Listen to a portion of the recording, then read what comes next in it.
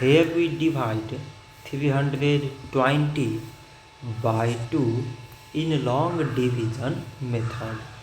So 2 times 1 means 2. On subtracting we get 1. So now this 1 is less than 2. So we put down the number beside this 2. So it became 12, and 2 times 6 means 12.